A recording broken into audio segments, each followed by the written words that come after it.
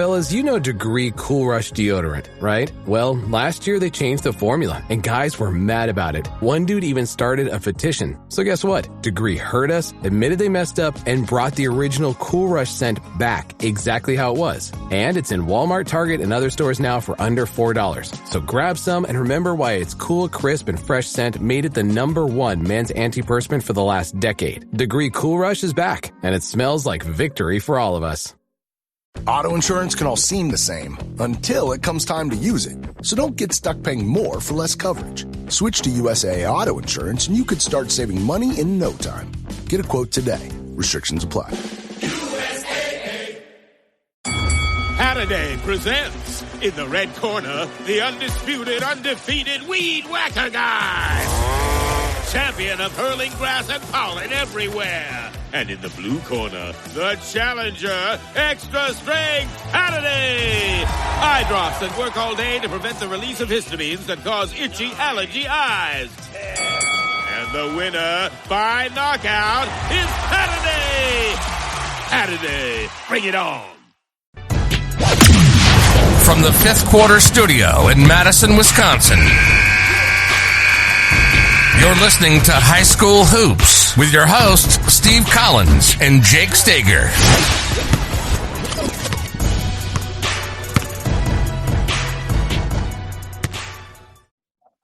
All right, welcome to High School Hoops. Been a while, Coach. How are you? It has been. How's your summer? Good? It's good. Yeah, so, Coach and I really like each other a lot, but we take a break in the summer. And Coach has got smaller kids than I do, so Daddy daycare. Dad. No, it's Mr. Mom. You ever watched Mr. the Mom. movie Mr. Mom? Mr. Mom. Never heard of it. I'll write it down. Oh, you've never watched Mr. Mom? Nope. Oh, it's about a dad who Mr. Mom. It's like that. And if anybody buys a house, should watch Money Pit. Okay.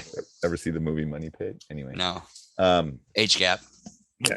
Oh God, am I old? Okay. Before we jump in, let's give a big shout out to our two sponsors. First of all, Dr. Dish, the #1 shooting machine on the market. Thank you, Dr. Dish. Thank you, Dr. Dish. You have been a godsend in the pandemic. I can tell you that.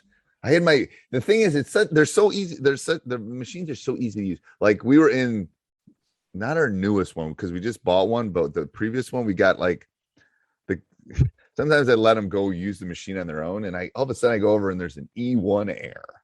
It's like, what is an E1 error? Yeah. Well, basically I Google it and I find out that these things are like computers. They have to recalibrate themselves. So it had to recalibrate and figure out where the middle was, where the left was, where the right was, kind of like a drone. Yeah. But anyway, I was telling the guys, I said, you guys don't know how good you have it. I remember the old shooting machines that had the metal rails. Remember the metal rails? Yes. And they go, what are you talking about? I go, let me show you a picture. And they go, oh my gosh. I go, yeah, that's what it used to be. There was no plugging in. It was just pulling these long metal rails out. But anyway, go over and check them out. Mentioned High School Hoops, Coach Unplugged, Coach and I, either one, I don't know, and get $350 off. Also go over and check out teachhoops.com for coaches who want to get better. I just made my first college payment. So the next 6 years I will be paying for college. You want to help Coach Collins out? That's what you can do. Your kids are little. You don't even have to worry about college yet, do you? It's that distant thing. I always used to think when the kids were little, it's like, oh gosh, I'm gonna have all this extra money. They're not gonna be in daycare. Oh, I'm gonna have all this extra money. They're not gonna be doing this. And then it's like, oh, I want to play soccer, Dad, or I want to do this, Dad, or I need to do a pair of shoes, Dad, or it's like, oh my gosh. Anyway, I guess I could always go work at Quick Trip. Yeah, we just got 3 new of them in West Bend, like in a month. People that are listening outside the Midwest are going, what's Quick Trip? Quick Trip bought out PDQ, which used to be pretty darn quick. They're convenience stores, gas stations. They're taking over Wisconsin. Their food is actually not bad at Quick Trip. No, it's not. And it's like, I shouldn't be saying that out loud, but I mean, one of my friends loves their chicken tenders or chicken something. That's like, you eat gas food. He goes, it tastes good. I go, all right, well, maybe I'll give it a shot. Anyway, talk about getting off the rails here. All right, so today we're going to talk about what's the hardest thing to implement defensively. So our theme in August is going to be defense, because Coach, I was just ranting to Coach about our state association and that they should. Anyway, I won't get myself in more trouble with them. No, let's get down to defense. Anyway, talking about them, and now I realize my sectional changed, my state tournament route to a gold ball changed. So defense is going to be a really big part of that. But so I came up, and usually Coach comes up with all the ideas. So I'm gonna be transparent. But I had like an energy boost about 12:30 in the morning. Came up with these. I was like, wow, this is the most concrete breakdown you've ever given me a podcast. And the reason is, I think I've been thinking about my defense. Yep. And I think it's a cliche that you got defense wins championship. I think defense builds tone. You know what I'm saying? It's kind of like, I think it's the cliche has always been defense wins championships. And I think that's because it's harder to convince guys to play defense. That's what I also think defense builds culture too. Well, it does. I think it builds toughness. I think it builds that, like, here's team X and their defense is kind of showing me, they're that kind of team that gets on the floor. They're the kind of team that takes charge, whatever it is. So here's I'll throw some out and Coach will jump in here. The first one I think is being able to teach and know the offense or defense. I mean, player knowledge, I think, is like, and the player knowledge comes from the coach's knowledge. So I'm going to challenge all of you that are listening.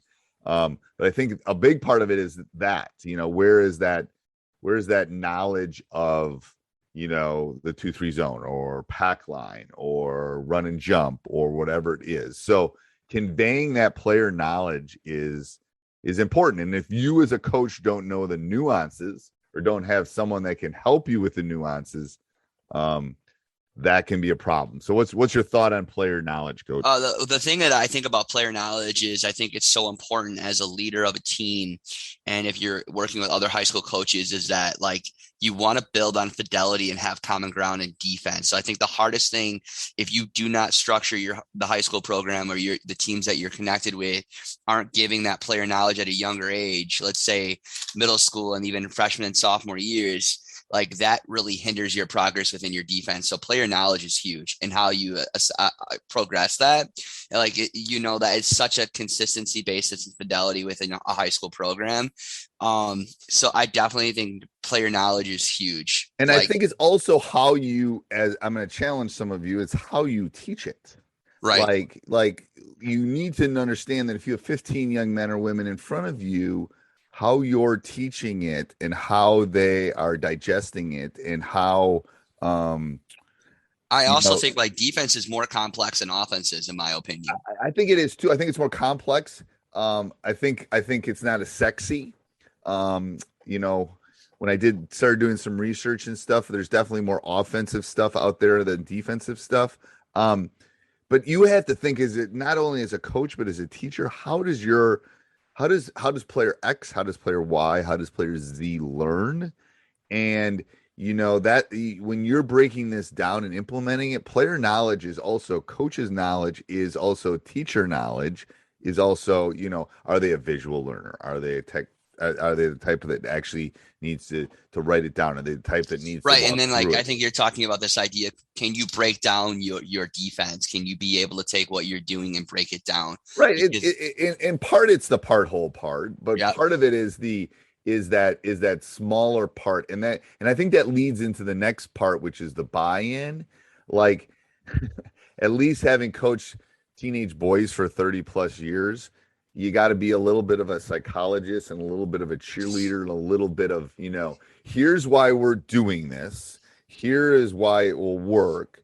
If they buy in, the knowledge is easier. Like, I teach statistics. The reason I am able to convince them they need statistics is I show them the real world applications, and they go, and I basically talk about TikTok and why, what is TikTok doing? It's collecting, organizing, analyzing, and interpreting data. That's what statistics is. So I can show them real world basis to it. So to get that buy-in, especially for teenage, like if you do this, then you will get a layup and a dunk over there. Or if you do this, you will get to play more. It's that fine line of this will help us win, but this will also help you. And I think that helps with the buy-in.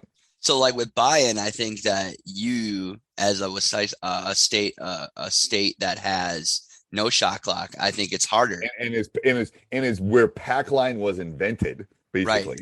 So like the buy-in is even harder. You know, when I coached college, and we had a 30-second shot clock, it was very easy to get defensive buy-in because it was 30 seconds at a time. It's a lot harder, in my opinion, at the high school level when you don't have a shot clock. And I'm not advocating for the shot clock. I'm just I think that's an interesting discussion, that shot clock thing. We should write that down in our notes at some point, because the state of the National Federation of High School, the NFSHS or whatever, approved it nationally. Not that everyone's going to do it, and blah, blah, we're in a world pandemic, whatever. But it might be something to discuss moving forward. I agree.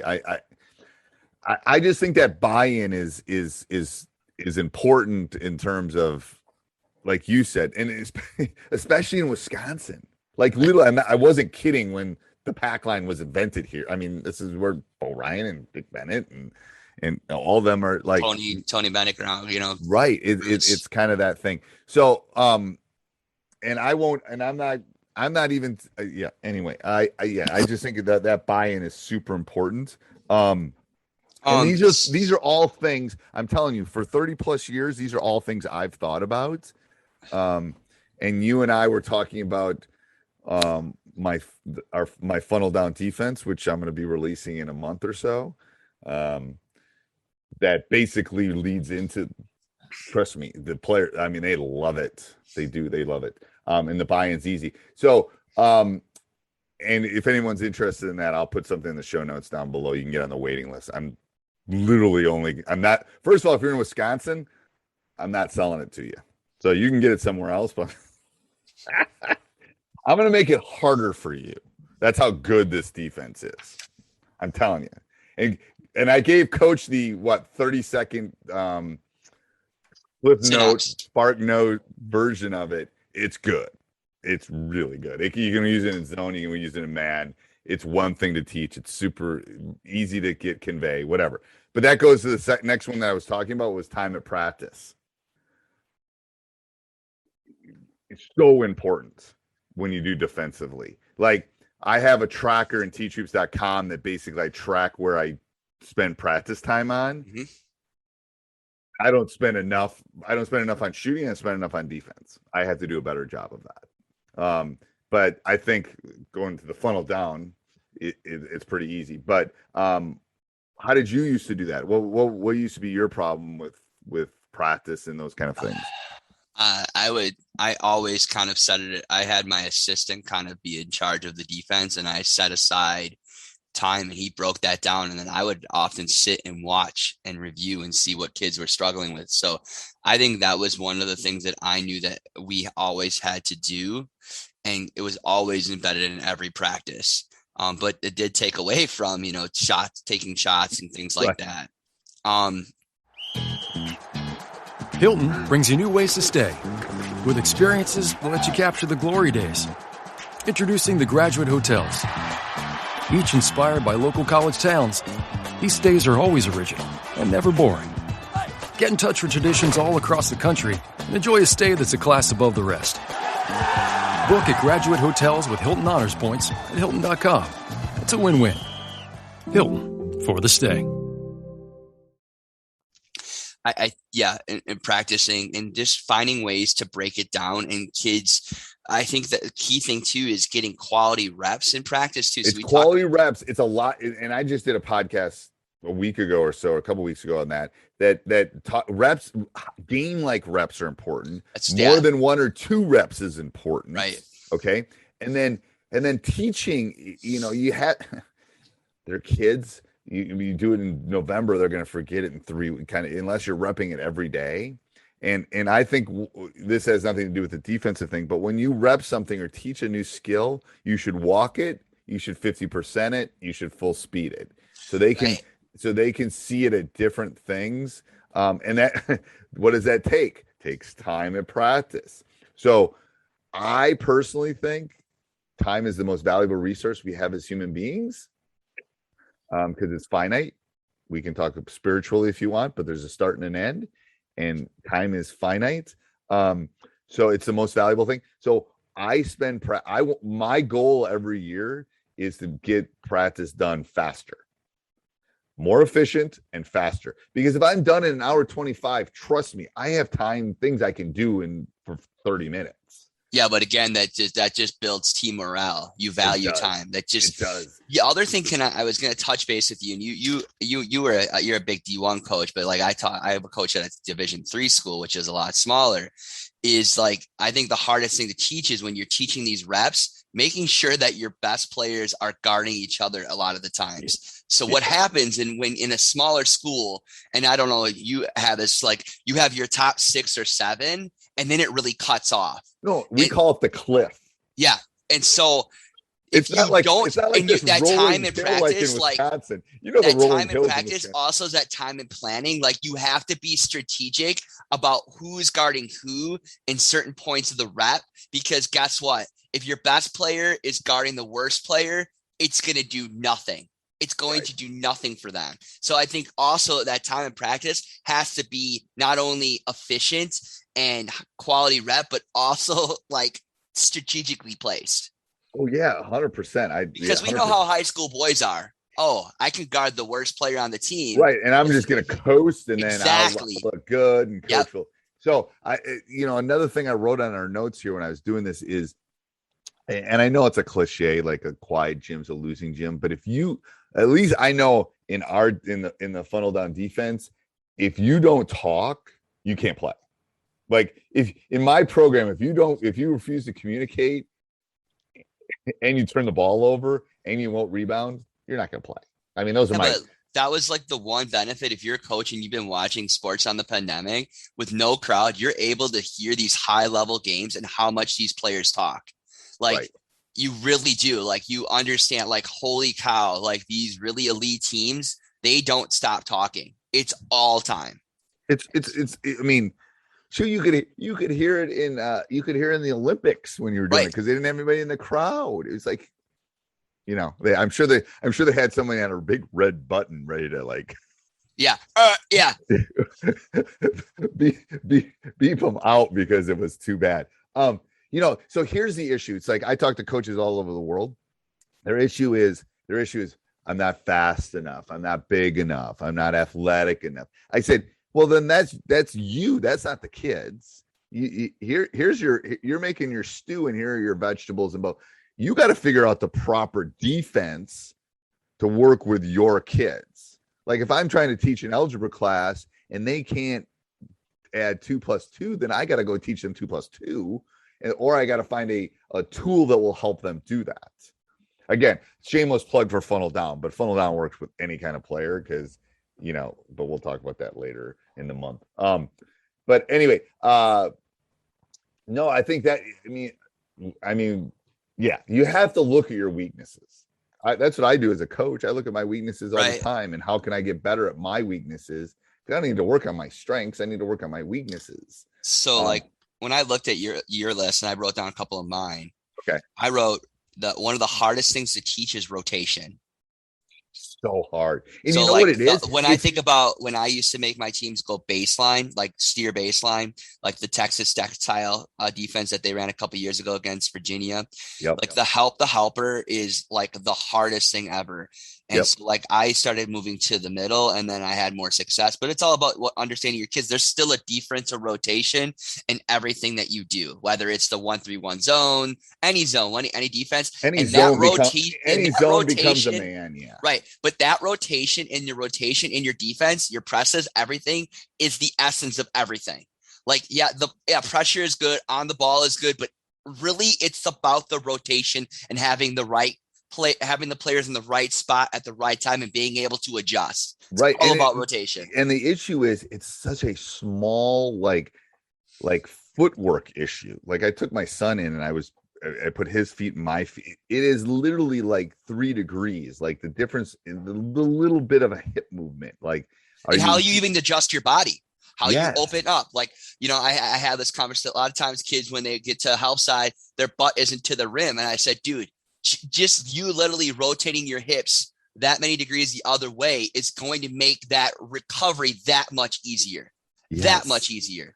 Right. And when we're doing this breakdown, I'll go, be lazy. And they go, what do you mean? I go, if you move another 6 inches, you don't have to move as much. Why are you moving more? Like, work smarter, not harder, dude.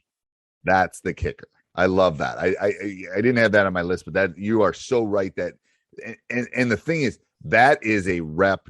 That is a rep. And that's a teaching thing too. You have to train your kids to think that way. You do. And the thing is, it's like, this is where the small sided game thing kind of drives me bonkers, because it's the new lingo and it's the new thing. It's like, I've been doing it 30 years. I just didn't call it small sided games. I get it. You have to be, when you're training, you have to have a point of teaching and letting them experiment with what works and doesn't work. But if they don't know how to do it initially, they're never going to learn how to do it on their own. You have to show them the proper spacing, the proper footwork, all of those things.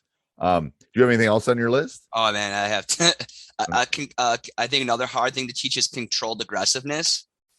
The ability to be like, I think that we not want fouling. I have eliminating cheap fouls or can control aggressiveness. You have this defense and it can kill you. Yeah. You work hard for 30 seconds and then you just pick up a really stupid foul and you screwed over your other 4 teammates. I know. And again, we didn't have a season last year, but a couple of years ago when we were running funnel down, it's like, it's teaching them that it's just like, use your body, like I said, you're playing this with from your waist up, like just body up.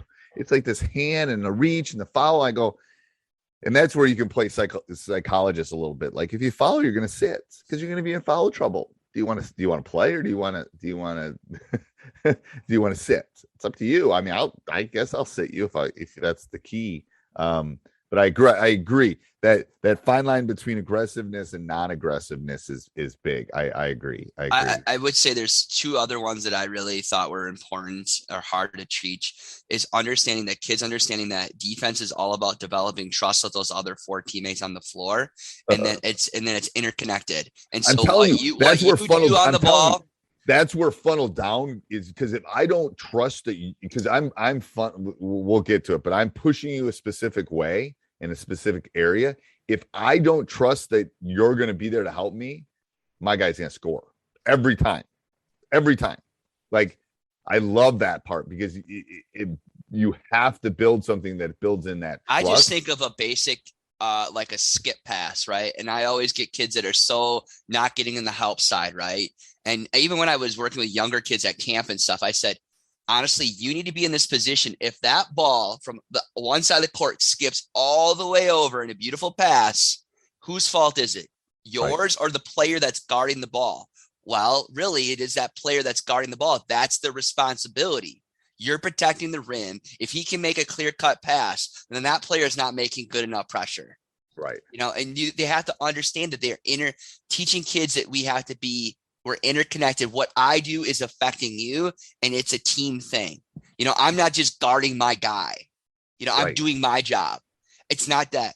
The last thing I think is like making adjustments without timeouts. And I think is the hardest thing for kids to do, to be adaptive, to understand what to do in a given moment defensively when things might be breaking down. I think that's another thing that you obviously work through and you teach your kids throughout the season, but that's another teaching point, is like being able to make adjustments on the fly. Yes. And like, it's similar to the footwork thing. It's small adjustments. It doesn't have to be huge adjustments. You don't have to throw it out. You don't have to throw the what's the expression? You don't have to throw the baby out with the, what is the expression? Baby with the, your expression and my expressions have an age gap again. I'm going to keep saying. God, so like, don't throw the baby out with the bathwater kind of thing. What? Never heard that expression? No. No. The funny, hold on. I'm looking at it. Throw out the baby with the bath. Yeah. I'll oh my God, am I old? Don't throw the baby out with the bathwater. Yeah, that's an expression. It's an expression of avoidable error in which someone good is eliminated when trying to get rid of something bad, or in other words, rejecting the favorable. So don't throw the baby out with the bathwater. Like, you're done with it. Like, yeah, don't. You've never heard that expression? Oh my God. Oh my God, am I old? Oh my God. You know what? It's a couple things. Kids don't hear expressions anymore. Because they don't abstract. Well, first of all, some of them aren't correct anymore that you shouldn't use. Right. Well, yeah, exactly. So I think a lot of them, some of them, this one is not like I don't believe there's any sort of like, throw out the champagne with the cork, empty the baby out with the bath. That's another one. I don't think there's anything politically wrong with this one, but anyway. So yes, funnel down defense. If you're thinking you want to get into the beta version, I'm literally going to have like this flash sale for like 12 hours, and then it's good. And if you live in Wisconsin, don't bother. If your credit card's in Wisconsin, don't bother. I'm not selling it to you. I'm locking it down for a while. I'm sure it will get out there, but that's how much I believe in it. I'm locking it down. You live in Wisconsin. So I can just see guys in our conference too. What they're going to do is they're going to find somebody that lives in Illinois and then have them buy it. It's like, oh, but anyway, anything else, Coach? I mean, we could probably talk about this forever. I think we could. This might be part one of 2 parts at some point. Maybe we'll do one in the spring again. But yes, we could literally do a whole thing on defense rotation. Ooh, let's add that. I like that. I mean, all right, literally, next week, Coach. There we go. All right. Hey, everybody. I hope you're enjoying this. If you are, maybe go over and check out Coach Collins' other podcasts, Teacher's Side Gig and High School Hoops. Subscribe, leave a 5-star review. Maybe. And then also you can go over and check out teachhoops.com for coaches who want to get better. All right. Have a great day. This podcast is part of the Sports Social Podcast Network.